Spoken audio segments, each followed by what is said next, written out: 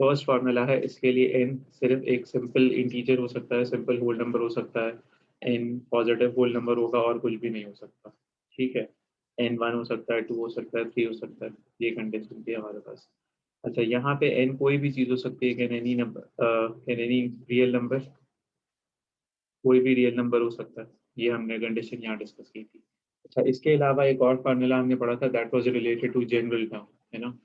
General term के लिए हम क्या यूज़ कर रहे थे, n combination r, a with power n minus r, b with power r, और फिर इसकी थी काफ़ी सारी एप्लीकेशंस जो हमने डिस्कस की थी, और लास्ट अगर हमें याद हो, जो हमारा सेशन हुआ था उसमें हमने किया था, स्क्वायर रूट में कन्वर्ट किया था अपने एक टर्म को। क्या आप लोगों को ये सारी बातें याद आती हैं?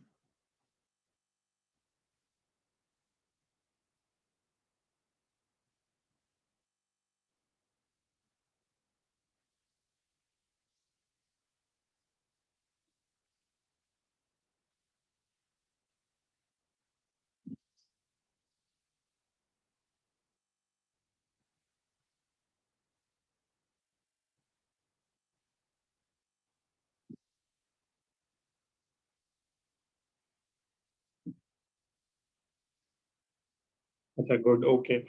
अब इसके बाद हम क्या करना चाह रहे हैं, इसके बाद हम कुछ जनरल रिजल्ट्स की बात करेंगे।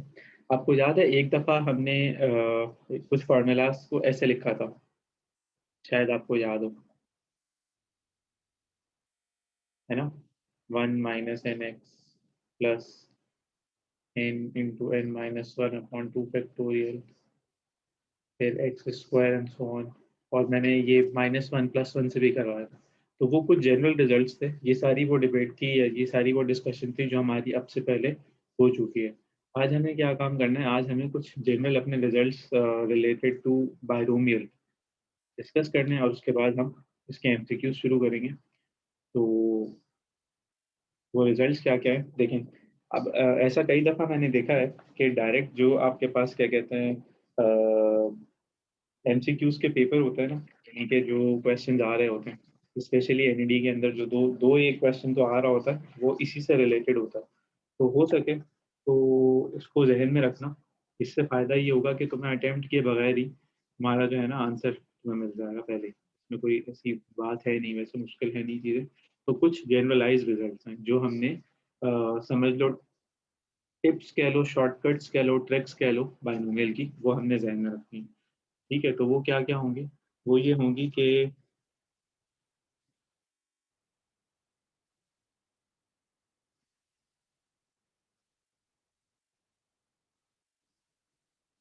सबसे पहले तो number 1,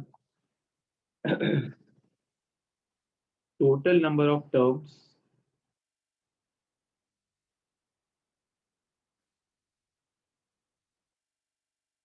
in any binomial expression,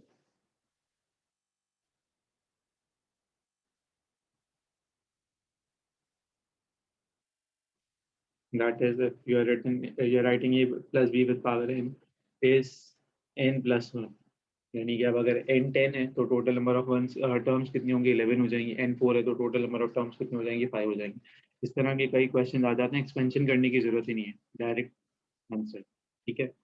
second, some of exponents की बात करें अगर हम,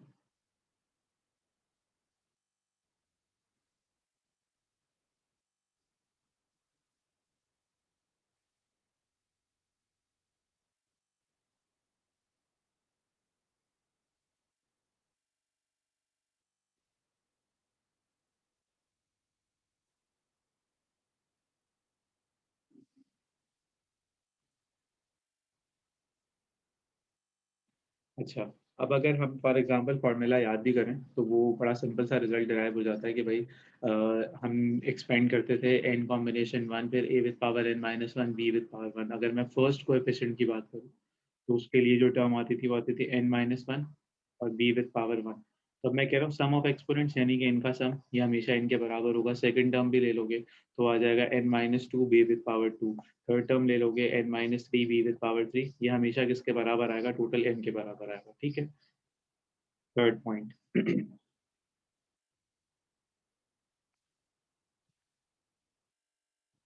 बेटा, यहाँ तक बात समझ में आती है सबको?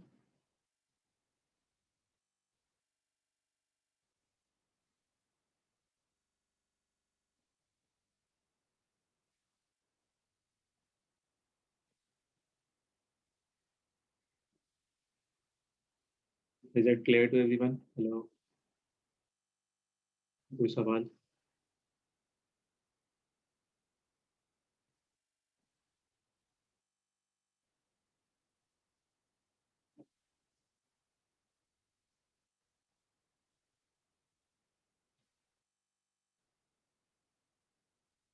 Good.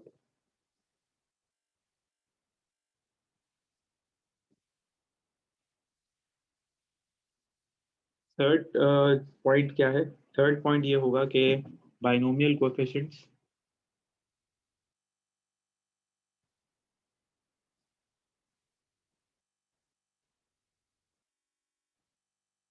that are equidistant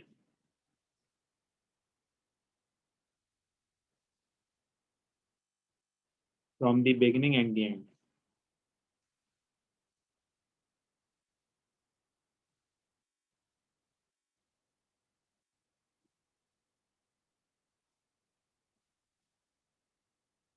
are always equal। यानी कि इसका क्या मतलब होगा? देखो, इसका मतलब ये होगा कि अगर फर्स्ट एक्सपेंशन की बात करें हम, जैसे हम करते हैं अपनी एक्सपेंशन कंसिडर करते हैं, ठीक है, तो फर्स्ट टर्म ये होगी, सेकंड टर्म क्या होगी? ये होगी, ठीक है, थर्ड टर्म। अच्छा, अब अगर जाए हम लास्ट टर्म, वो ये होगी, ठीक है, सही है। तो हम ये कह रहे हैं कि जो कोएफिशिएंट्स हैं फर्स्ट और लास्ट टर्म्स के, वो इक्वल होंगे। वो कैसे इक्वल हो सकते हैं, या वो किस तरह से इक्वल होंगे? देखो, जो पहली टर्म है, यानी कि यहाँ पे क्या लिखा जाता है, वैसे तो यहाँ आना चाहिए इन कॉम्बिनेशन जीरो, ठीक है, हम लिखते नहीं है क्योंकि दैट इज ऑलवेज वन। तो मैं ये कह सकता हूँ इन कॉम्बिनेशन जीरो, यानी कि ये first term which is equals to one is equals to the last term, last coefficient. तो लास्ट कोएफिशिएंट क्या होता है? That is n combination n. तो ये इस ऑर्डर में जा रहा होता है 1 2 3 4 5। तो इसके साथ मुझे क्या लिखना चाहिए? इसके साथ मुझे लिखना चाहिए n combination N.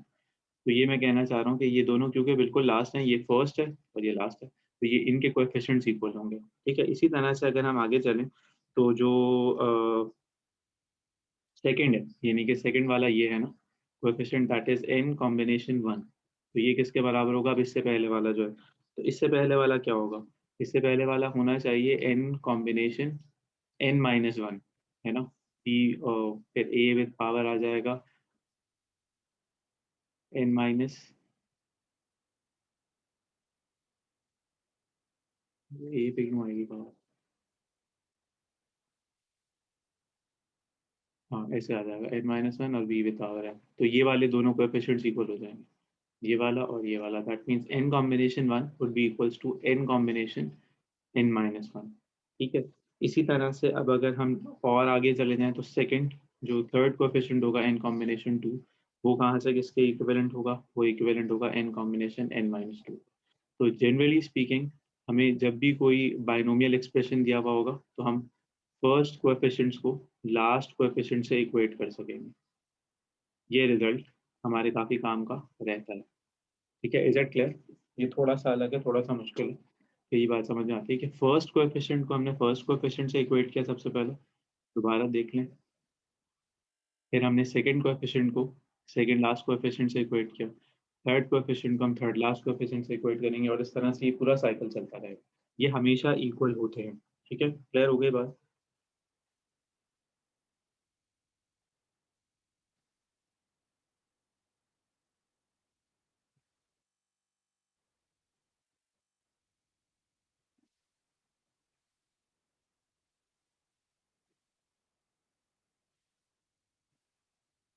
Okay, moving on. अब आते हैं फोर्थ पे। मैंने आप लोगों से क्लास में पूछा था अबाउट पास्कल्स ट्राइंगल। तो पास्कल्स ट्राइंगल की काफ़ी सारी क्या कहते हैं, वैसे तो एप्लीकेशन आ जाती हैं बाइनोमियल्स में और मल्टीनोमियल्स में, लेकिन हम अपनी जो एप्लीकेशन है पास्कल्स ट्राइंगल की, वो बड़ी लिमिटेड सी रखेंगे। तो वो किस तरह से बनता है? एक टेबल होता है which helps us to identify the coefficients, ठीक है। ये डील करता है कोएफिशिएंट्स ऑफ बाइनोमियल से। अच्छा, अब किस तरह से ये डील करता है? ये बेसिकली तो सिर्फ उन कोएफिशिएंट्स के लिए या उन बाइनोमियल एक्सप्रेशंस के लिए वैलिड होगा जिसमें तुम्हारे पास नंबर्स ना हो। जैसे फॉर एग्जांपल मैं तुम्हें कहूँ expansion of u plus v with power 5, ये आता है, ठीक है। अब मैं तुमसे पूछूं, give me the coefficient of third term.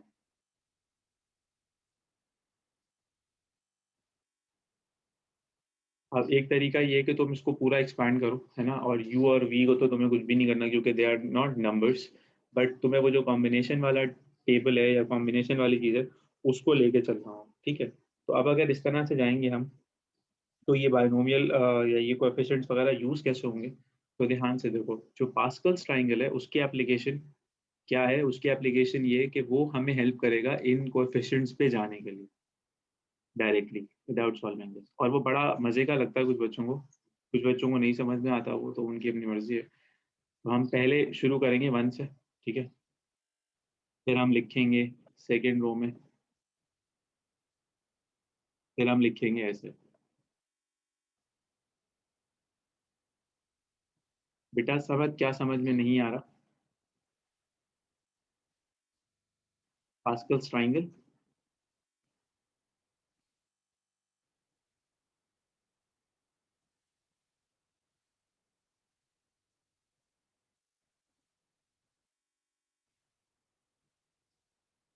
जी जी, पास्कल्स ट्राइंगल अभी मैं शुरू कर रहा हूँ, पास्कल्स ट्राइंगल के बारे में बिल्कुल भी परेशान ना हो।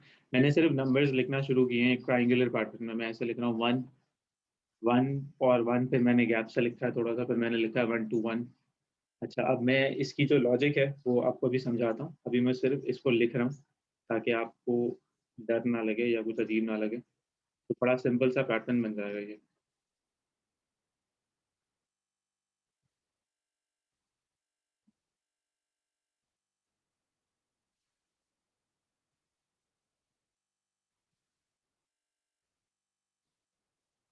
अच्छा, अब जरा चेक करें, तो सबसे पहले तो जो रूल है वो ये कहता है कि आपको सारे एंड्स पे 1 ही लिखना है, ठीक है। ये तो 1 ही हो गया, शुरू भी 1 से करना है, खत्म भी 1 से, ठीक है। फिर आपने जब टर्म 1 शुरू किए, तो आपने यहाँ पे, आपके पास कोई इसके अलावा टर्म नहीं थी जो आप ऐड करते, ठीक है। तो अब यहाँ पे 2 कैसे आया, इन दोनों का सम आया ये, ठीक है। फिर इन दोनों का सम क्या है, 3, इन दोनों का सम क्या है, 3, ठीक है। अब समझ में आ रहा है ये क्या शो कर रहा है, इसके ऊपर आते हैं,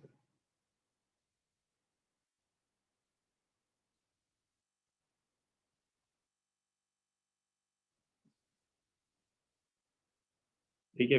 बहुत सिंपल सी बात है। रूल क्या कहता है, सिंपल शुरू और एंड जो है वो हमें वहीं से करना है, 1 से करना है और 1 पे जाना है। अच्छा, अब अगर हम फॉर एग्जांपल इसके कोएफिशिएंट्स वैसे ढूंढते हैं, यानी कि जो नॉर्मल हमारा अंडरस्टैंडिंग है बाइनोमियल से रिलेटेड, वो क्या है, हम लिखते हैं u विद पावर 5, फिर हम क्या लिखते हैं, फिर हम लिखते हैं 5 combination 1, u with power 4, b with power 1, फिर हम लिखते हैं 5 combination 2, u with power 3, b with power 2, फिर हम लिखते हैं 5 combination 3, u with power 2, b with power 3, फिर हम लिखते हैं 5 combination 4, u with power 1, b with power 4, और अल्टीमेटली फिर हम करते हैं b with पावर 5, ठीक है। सवाल ये कह रहा था कि कोएफिशिएंट ऑफ थर्ड टर्म निकालो, तो थर्ड टर्म कौन सी हो जाएगी, फर्स्ट सेकंड और थर्ड, तो थर्ड टर्म का कोएफिशिएंट बना 5 combination 2, which would be equals to 10। ये मैं इस ट्राइंगल से बड़े आराम से निकाल सकता था, मैं ये समझाने की कोशिश कर रहा था। पहले ये बताओ कि ये ट्राइंगल बनाना समझ में आया, हाउ टू मेक दिस, ये क्लियर है?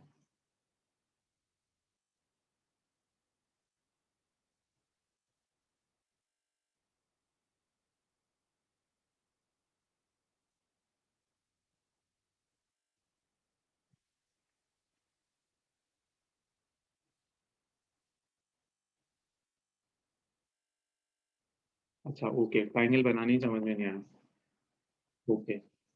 सबसे पहले जो ये पास्कल्स ट्राइंगल बनेगा, ये किस तरह से बनेगा, तुम्हें कुछ रोज असाइन करनी है, वो रोज शुरू करनी है 1 से, वो खत्म करनी है 1 पे। ये शो कर रहा है कोएफिशिएंट्स को, ये कोएफिशिएंट्स को शो कर रहा है, कौन से कोएफिशिएंट्स को, जो डिजायर्ड कोएफिशिएंट होंगे किसी भी बायनोमियल एक्सप्रेशन के अंदर, किसी भी बायनोमियल एक्सप्रेशन के अंदर। जैसे मैंने एक एग्जांपल ली, मेरे पास बायनोमियल एक्सप्रेशन है a plus B with power 10। ठीक है, ये एमसीक्यूज में पूछते हैं मुझसे। और क्या पूछते हैं ये कि भाई इसका 6 कोएफिशिएंट बता दो। ठीक है, तो अब अगर तुम्हें मतलब सीक्वेंस में लिखना है, तुम्हें क्या कहते हैं कैलकुलेटर अलाउड नहीं है, या तुम कैलकुलेटर के बगैर करना चाह रहे हो, तो एक तरीका तो ये था कि तुम ये पूरा काम करोगे ऐसे ही, राइट। एक तरीका ये है कि हम यूज करें Pascal's triangle to find out that unknown coefficient. तो वो कोएफिशिएंट बड़े आराम से पता चलता है। ठीक है, अब नोट करो, मैंने आपको एक एग्जाम्पल सॉल्व करके दिखाया कि भाई थर्ड का कोएफिशिएंट क्या आ रहा है, 10 आ रहा है ना। ठीक है, तो इसके अंदर मेरे पास कितनी रोज हैं। फर्स्ट, यहाँ से मैं शुरू कर रहा हूँ, ये है सेकेंड, ये है थर्ड, ये है फोर्थ, ये है फिफ्थ। ठीक है, तो फिफ्थ रो के अंदर जो थर्ड टर्म है दैट इज 10, तो ये डायरेक्टली किसका कोएफिशिएंट आ गया। नहीं, ये तो जीरो रो है ना, इसको तो आप वन नहीं कहेंगे ना। यहाँ से तो शुरू नहीं करा ना आपने, क्या यहाँ से एक के बाद एक से शुरू करेंगे ना, एक दो तीन चार पाँच। ठीक है, तो अब अगर वैसे आपने जाना है वन से शुरू करके सिक्स तक चले जाएं, ठीक है, ऐसे भी समझ सकते हैं आप, कोई मसला नहीं है इसमें, कोई एतराज की बात नहीं है। कि अगर आपके पास एक्सपोनेंट 5 है, तो आपके पास बेसिकली टोटल 6 रोज होंगी, क्योंकि फर्स्ट तो स्टार्टिंग रो है, वो तो हमेशा रहेगी, चाहे जो भी एक्सपोनेंट हो या ना हो, कोई फर्क नहीं पड़ता इस बात से। ठीक है, तो टोटल नंबर ऑफ रोज अब आपके पास 6 आ गई। अगर आपके पास जैसे यहाँ पे एक्सपोनेंट 10 है, तो आपके पास टोटल नंबर ऑफ रोज कितनी होंगी, 11 होंगी। ठीक है, सही है।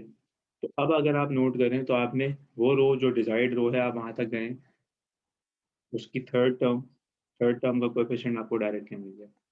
ये एक एप्लीकेशन है पास्कल्स ट्रायंगल।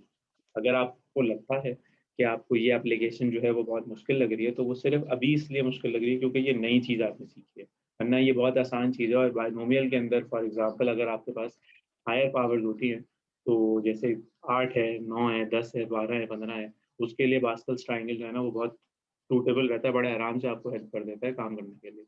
कोई कॉम्बिनेशन नहीं निकालना पड़ता, कुछ भी नहीं करना पड़ता। तो ये समझ में आती है बात सबको।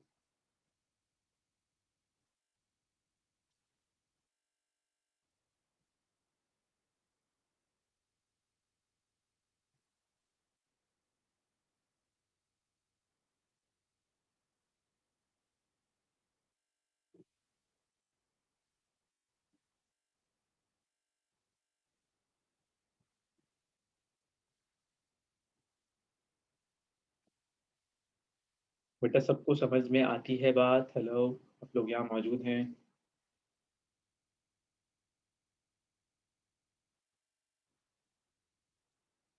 अगर आपने ये कैसे जज किया है कि फिफ्थ वाली रो में जाना है, ये u plus v with power 5 से, ये है ना 5। तो मैंने फिफ्थ रो जो तुम्हें सिक्स तुम कह रहे थे, यानी कि तुम्हारे ऑर्डर से चले तो ये इस तरह से 6 हो जाएगी। कोई बात नहीं है, 6 कर लो। तो तुम्हें फिर n+1 रोज पे जाना पड़ेगा, यानी कि जो भी गिवन कोएफिशिएंट होगा उससे एक ज्यादा रो होगी। उसकी थर्ड टर्म ये रही। तो इस केस के अंदर तुम्हें टोटल 11 रोज मिलेंगी। ठीक है, उसके अंदर तुम्हें 6 कोएफिशिएंट पे जाना है।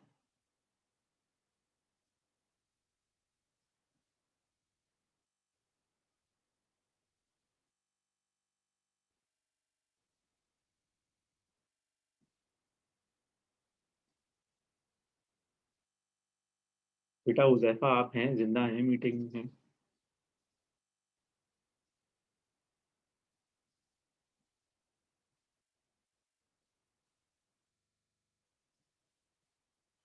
तो सर इसमें सेवेंथ रो का कोएफिशिएंट, सेवेंथ रो का 6 कोएफिशिएंट। यस।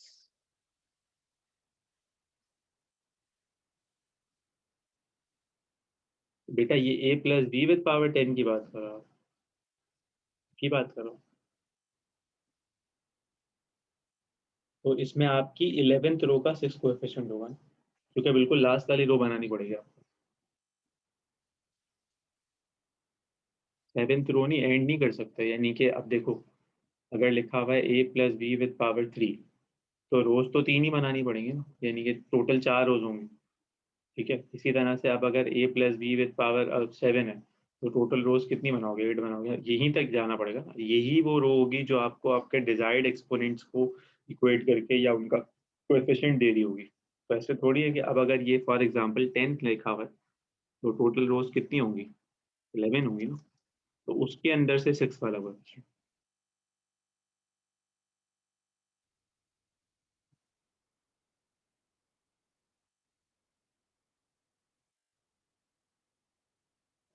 समझ आई?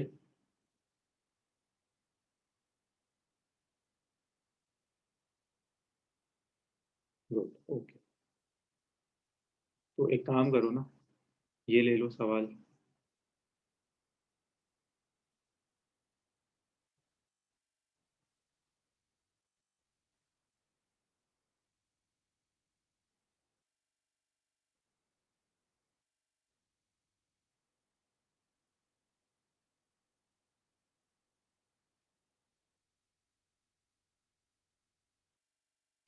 ए प्लस बी 7। इसका मुझे बताओ फोर्थ कोएफिशिएंट। पहले तुम बताओ, फिर मैं चेक करता हूँ क्या हो। Using Pascal's triangle.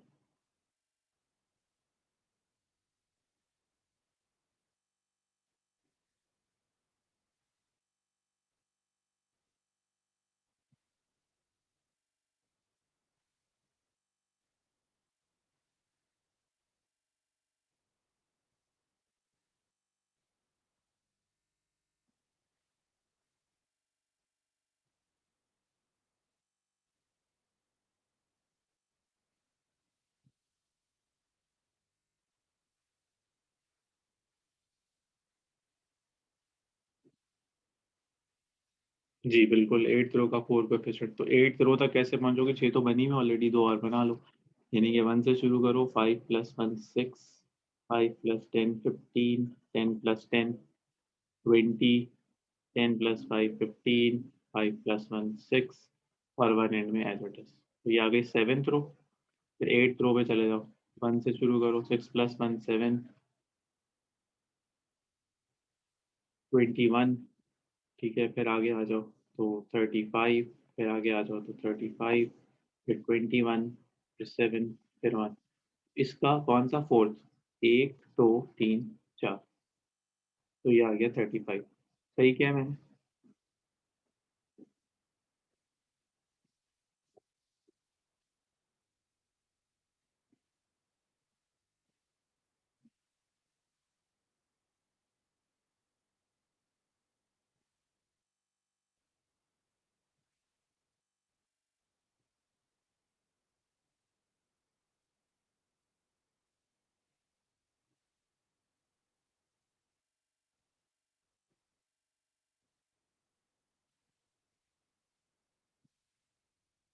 ठीक है भाई, अब्दुल समद।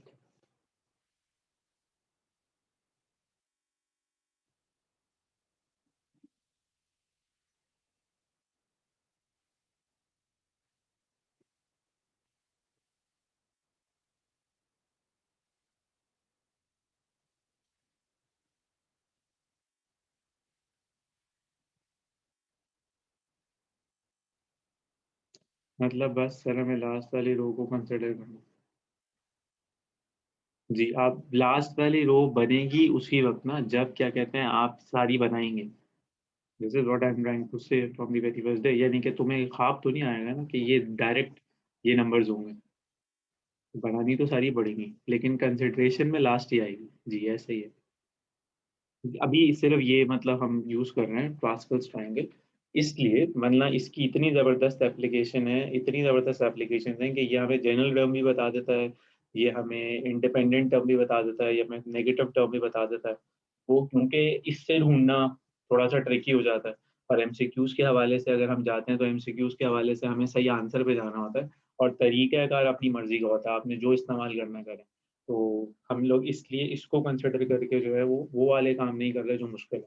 तो इसकी एक बड़ी बेसिक सी छोटी सी सादा सी एप्लीकेशन मैंने दिखाई, तो जिससे कुछ यानी कि कुछ फ़ायदा हो जाता है एग्जाम्स के अंदर। और ये जो सारी की सारी जो शॉर्ट ट्रिक्स आपके सामने लिख रहा हूँ मैं, अगर आपके ये जहन में बैठी हुई है ना, आपको बायनोमियल के अंदर इवन जाने की भी जरूरत नहीं होगी, आप इसी से सारे काम कर लेंगे। ठीक है, क्लियर है?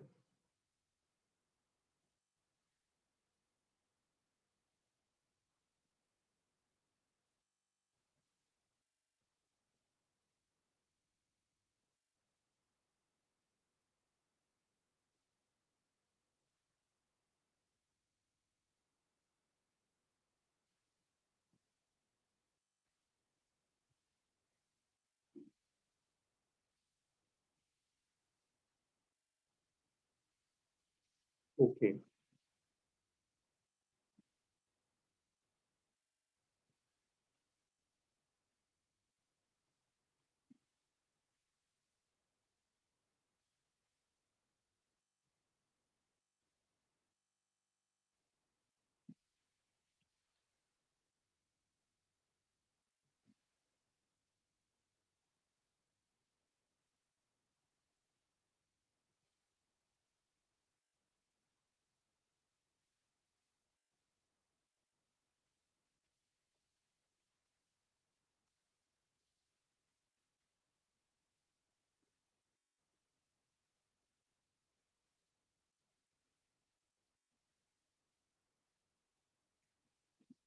Done moving on.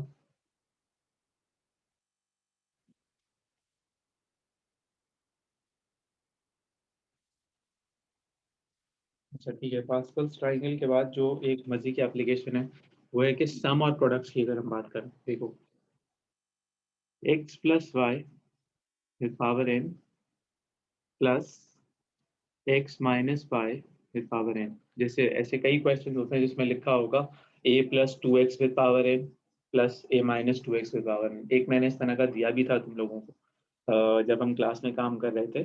तो इसको सॉल्व करने की जो सिंपल सी ट्रिक है वो ये नहीं है कि आप दोनों सॉल्व करें फिर ऐड अप करें। इसका एक जनरल फार्मूला बन जाएगा। वो क्या बन जाएगा? अच्छा वो अकेले याद नहीं रहता वैसे। ट्वाइस ऑफ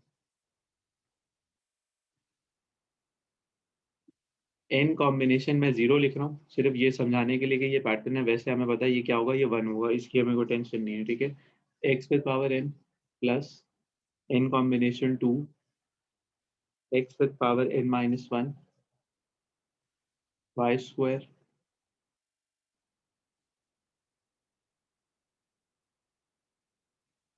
फिर अब नेक्स्ट बताओ क्या होगा। इसी पैटर्न को आगे लेके जाओ तो zero to n combination four. X with power क्या होना चाहिए?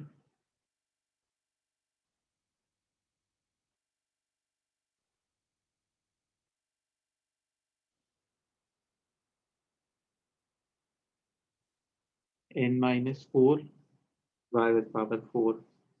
ठीक है, plus up to so on, ये चलता रहेगा। यानी कि नेक्स्ट क्या हो जाएगा? N combination six x with power n minus six y with power six. अब चलाते रहो जितना भी चलाना है। सही है, याद रहेगी ये बात। इसे मैंने अपने हिसाब से याद करने के लिए रखा हुआ है कि ये हमारे इवन कोएफिशिएंट्स हैं। ठीक है, सम में इवन कोएफिशिएंट्स आते हैं तो ये सम है, यहाँ पे इवन कोएफिशिएंट्स आते हैं। इस तरह से जा रहे होते हैं। अच्छा, और अगर डिफरेंस में जाएंगे तो ऑड कोएफिशिएंट्स आ जाएंगे।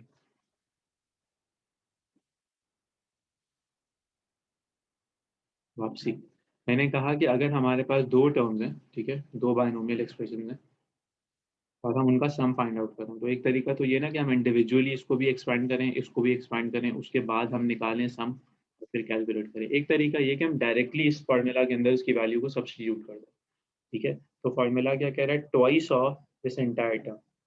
तो ये याद करना पड़ेगा, n combination zero, n combination two, four, six, eight, ten, twelve and so on. फिर x with power n, x with power n minus one, x with power n minus four and so on. ठीक है, ये ऐसे जाता है।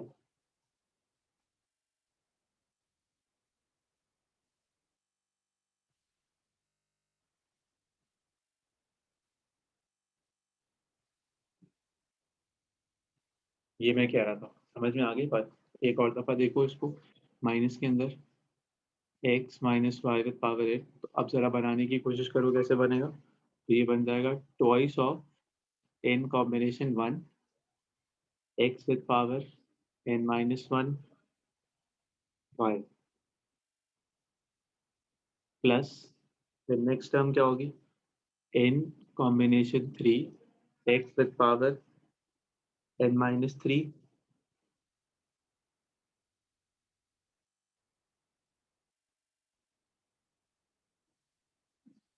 N minus three y with power three n combination five x with power n minus five y with power five plus अब तक ये जाता रहेगा। ठीक है, नेक्स्ट टर्म क्या बन जाएगी? N combination seven x with power n minus seven y with power seven. ठीक है, क्लियर। पहले वाले में क्या सर, 2 वाले में n-2 नहीं होगा, ये इसकी बात कर रहे हैं।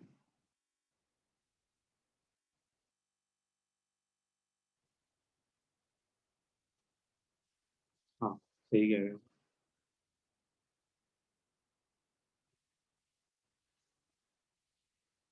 n-2, n-4, n-6, n-1, n-3, n-5। ठीक है, सेट है, सही है। अच्छा, ये याद हो गई दोनों। अच्छा अब देखो, याद रखना सम के अंदर इवन पावर्स आएंगी या इवन नंबर कुछ चलेगा, डिफरेंस के अंदर ऑड चलेगा। ठीक है, डिफरेंस के लिए ऑड चलेगा, सम के लिए इवन चलेगा। ठीक है, सेट है, सही है, याद रहेगी ये बात।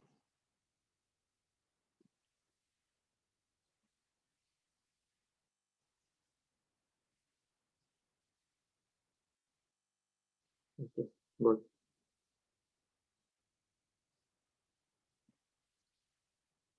अच्छा अब यही काम हम, अगर ये तो बायनोमियल फर्स्ट फार्मूला का हो गया ना, यानी कि बायनोमियल फर्स्ट फार्मूला की ये वाली फॉर्म होती थी जिसके अंदर A plus B with power n आता था।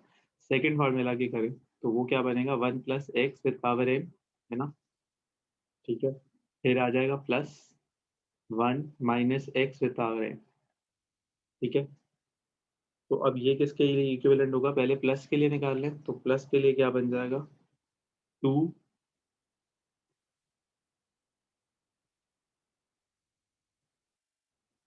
n combination 0 plus n combination 2 x² plus n combination 4 x with power 4 and so on. ठीक है, ये काफ़ी चीज़ आसान हो जाएगी अब आपके लिए, जिसे जा सकते हो। फिर यहाँ पे क्या बनेगा सोचो, इसी पैटर्न में अगर आगे चलो तो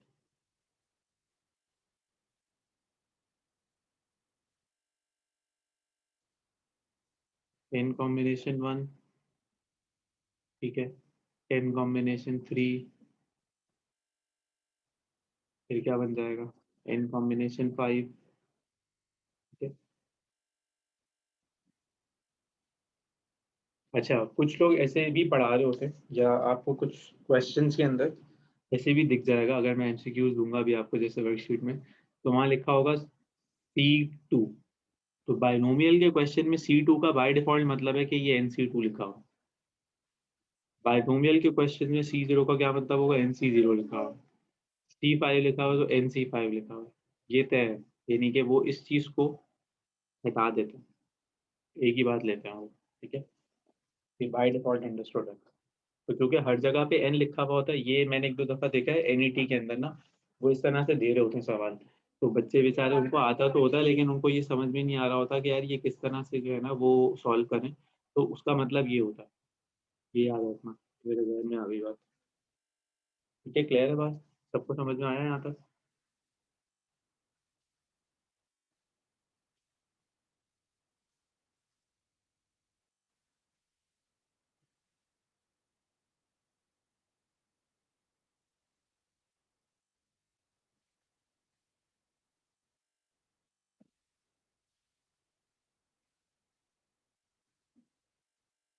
ठीक है, आगे चलें।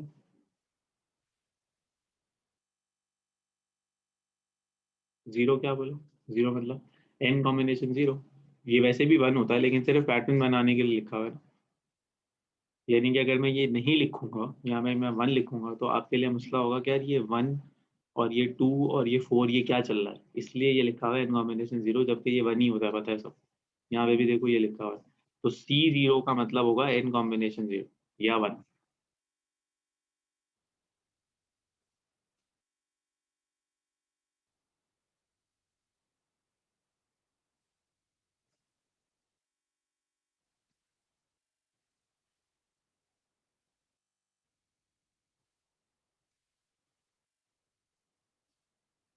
0C1 0C2 नहीं आएगा मेरा बच्चा।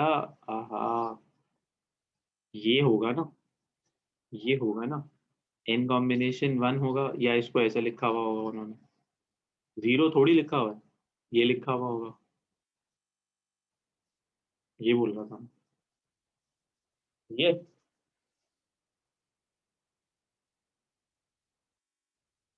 ठीक है। गुड। बेटा मीटिंग रीज्वाइन कर लें आप लोग, ठीक है।